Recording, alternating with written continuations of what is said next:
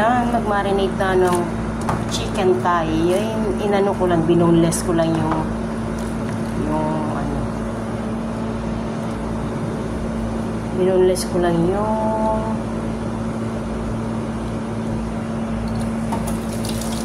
hita ng manok, chicken. Para i-ano yan, yung ano natin, yung soy sauce,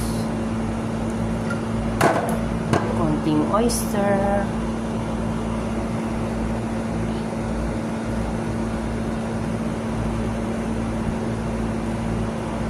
madami, yung konting ketchup, syempre ang ating magic sarap, ating lemon. Lagay na natin yung ano dyan para mabango. Ayan.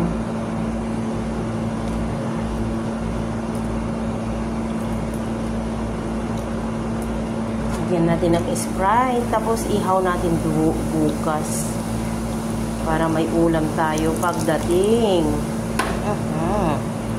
Massage lang natin para masarap ang ating ulam for tomorrow. Marinate natin magdamag. Sakto dito pagdating natin bukas. Maganda, masarap na. Lasang-lasa. Yung hita, binoneless ko lang siya.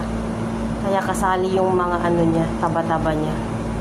O, diba? Para-paraan. Isang 800 grams na hita. Para mamarinate natin magdamag pagdating bukas. May ulam na tayo. Oh, thank you so much.